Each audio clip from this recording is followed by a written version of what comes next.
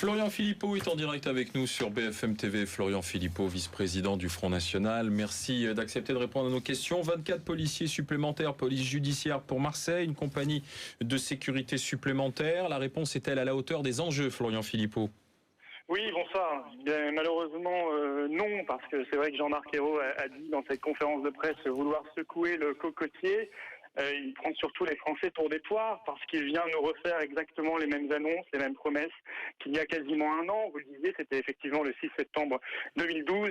Au mot près, il avait dit la même chose. On a bien vu le résultat. Marseille, malheureusement, c'est le symbole de l'échec de l'un et de l'autre, parce que c'est une mairie dirigée par l'UMP depuis des années, qui a connu des gouvernements UMP et maintenant des gouvernements socialistes. Et on voit que la situation ne cesse de se dégrader encore plus vite que le reste du territoire national. Et moi, je vois dans ce minibus gouvernemental, parce que comment l'appeler autrement, autant de ministres qui viennent, un problème de décence. Problème de décence d'abord parce que ces exercices de communication ne trompent plus personne. Les Français ne sont plus dupes.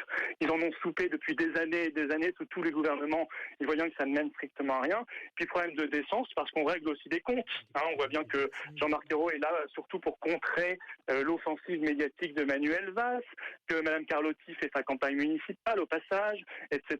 Et ça, c'est particulièrement indécent vu la situation. Alors moi j'attends autre chose que ces grands messes de communication, ces grands messes médiatiques. J'attends de l'action et c'est vrai qu'on ne l'aura pas si on ne met pas en place une politique radicalement différente, fondée notamment sur le contrôle des frontières. Si on veut lutter contre le trafic de drogue qui est à la base d'une part croissante de la délinquance et de la criminalité, on ne le fera pas si on ne contrôle pas nos frontières, si on ne va pas chercher les armes dans les caves, dans certains quartiers, si on ne mène pas une politique de tolérance zéro et d'application des peines. Manuel Valls qui également ce matin a parlé du regroupement familial et qui sur notre antenne BFM TV a confirmé qu'il avait souhaité que le sujet du regroupement familial soit mis sur le tapis par le gouvernement avec la perspective de mettre en place de nouvelles restrictions. Le ministre de l'Intérieur va dans une direction que vous approuvez ? Verbalement, mais c'est toujours pareil. Je note des phrases. Il dit il faut pouvoir parler du regroupement familial, il faut pouvoir interroger la politique migratoire. Il faut, mais qu'est-ce qu'on fait? On ne fait rien. Au bout d'un moment, les Français comprennent que année après année, on leur fait les mêmes promesses. Là, il reprend à la même rhétorique même que Nicolas Sarkozy. Il lance un sujet dans le débat, faisant croire qu'il est ainsi musclé, qu'il incarne l'aile dure du gouvernement.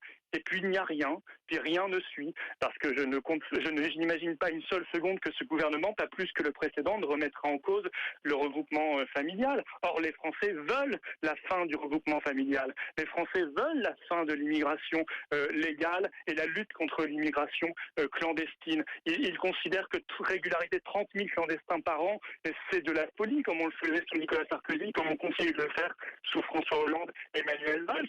Et moi, je ne me contenterai pas de mots. J'en ai, pour vous dire tout à fait la vérité, un peu marre de ces exercices de communication qui sont en fait des exercices de manipulation de l'opinion publique. Que Manuel Valls soit cohérent, qu'il annonce à ce moment-là, par exemple, je ne sais pas, qu'il demandera un référendum au président de la République sur le regroupement familial, qu'il demandera un référendum sur la politique d'immigration, mais qu'il ne se contente pas de lancer des mots fumigènes pour l'opinion publique et que ça ne sert strictement à rien.